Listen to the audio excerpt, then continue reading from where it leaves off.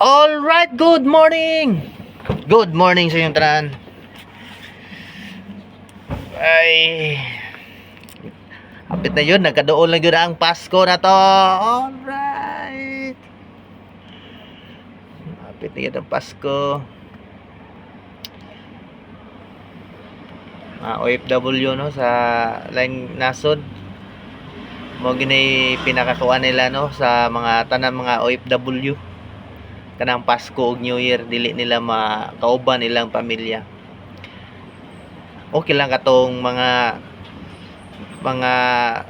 nasa abroad nga ilang pamilya nga gidaanan nila dito like Canada nga ma-citizen ka dito, pwede na dadon nila ilang pamilya no. Swerte kay sila. So katong like katong mga OFW na trabaho sa mga lain-lain nga lugar, ang pinakakuan ka ng Pasko, New Year nila, di nila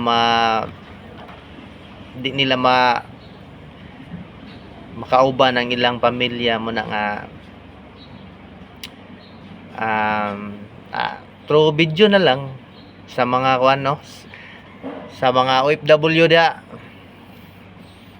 Salute jud ko ninyo.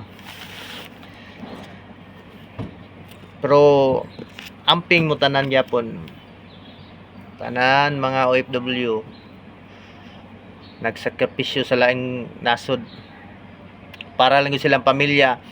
All right, lagbox ako, interest ako.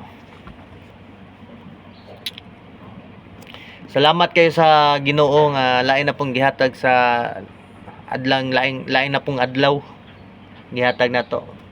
Salamat kayo. Thank you Lord sa blessing,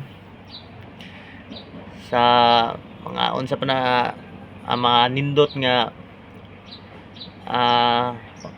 mga nindot nga adlaw nga gihatag sa tuwa. Pasalamat gyapon ta sa grasya nga gihatag niyang adlaw-adlaw. Thank you Lord. Palihog kog share and follow sa akong video. Thank you so much. All right.